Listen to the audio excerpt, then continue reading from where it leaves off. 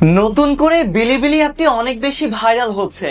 এই বিলিবিলি অ্যাপটা আবার কি, কিভাবে কাজ করে, কিভাবে ডাউনলোড করবেন, আর ডাউনলোড করার আগে সাবধান, ভিডিওটা আগে শেষ পর্যন্ত দেখুন।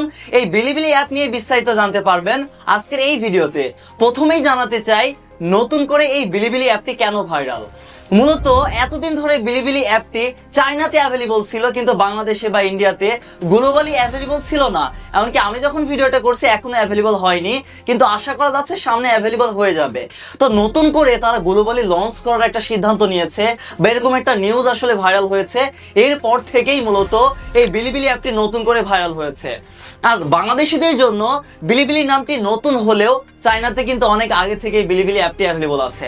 এইবার আসা যাক এই বিলিবিলি অ্যাপটা কি। এটা মূলত ইউটিউবের মতো আরো একটি ভিডিও শেয়ারিং প্ল্যাটফর্ম। ইউটিউবে যেমন আমরা বিভিন্ন ভিডিও দেখতে পারি এবং ভিডিও আপলোডও করতে পারি, এমনকি মনিটাইজেশনের মাধ্যমে ইউটিউব থেকে টাকাও ইনকাম করা যায়। অনুরূপভাবে বিলিবিলি অ্যাপেও কিন্তু বিভিন্ন ধরনের ভিডিও দেখা যায় এবং ভিডিও আপলোডও করা যায়, এমনকি মনিটাইজেশন অপশনও আছে। কিন্তু মনিটাইজেশনের শর্ত এখনই বলা যাচ্ছে না। বাংলাদেশে যখন অফিসিয়াল ভাবে অ্যাভেলেবল হয়ে যাবে তখন আমরা জানতে পারবো কেমন কি শর্ত তারা দেয়।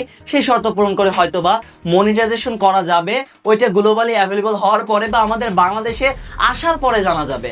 এখন বিষয় হচ্ছে, বুঝতেই পারলেন ইউটিউবের মতো আরো একটা অ্যাপ হচ্ছে বিলিবিলি অ্যাপ, একদম ভিডিও শেয়ারিং এর মতো।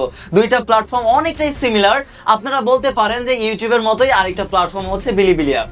এর জন্য মূলত অনেকেই বলছে ইউটিউবকে টেক্কা দিতে বিলিবিলি অ্যাপ মার্কেটে অ্যাভেলেবল হয়েছে বা গ্লোবালি অ্যাভেলেবল হতে যাচ্ছে, এরকম অনেকেরই চিন্তা ভাবনা। আপনারা কমেন্ট করে জানাবেন এই বিলিবিলি অ্যাপ গ্লোবালি অ্যাভেলেবল হওয়ার পরে ইউটিউবকে আসলে কি টেক্কা দিতে পারবে।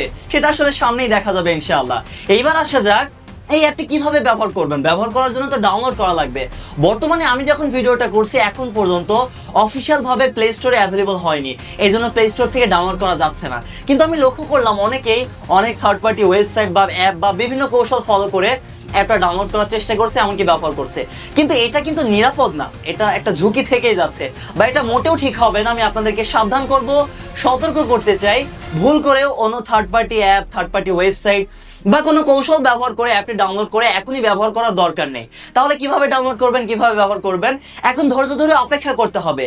বাংলাদেশ, ইন্ডিয়া, গ্লোবালি যখন অ্যাভেলেবল হয়ে যাবে বা আমাদের বাংলাদেশে অ্যাভেলেবল হয়ে যাবে, তখন প্লে স্টোরে সার্চ করলেই বিলিবিলি লিখে সার্চ করবেন, প্লে স্টোরে পেয়ে যাবেন।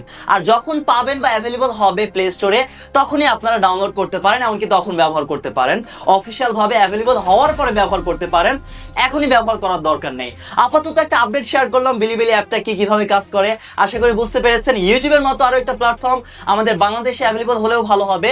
আমি নিজে তো ওইখানে ভিডিও আপলোড করা শুরু করব, আপনারাও ভিডিও আপলোড করা শুরু করবেন কিনা বা ওইখানে ভিডিও দেখা শুরু করবেন কিনা আপনারা কমেন্ট করে জানাবেন। আমার মনে হচ্ছে অনেকেই আগ্রহ প্রকাশ করবে, যেহেতু নতুন কোনো কিছু আসলেই সবার আগ্রহ কিন্তু অনেক বেশি থাকে।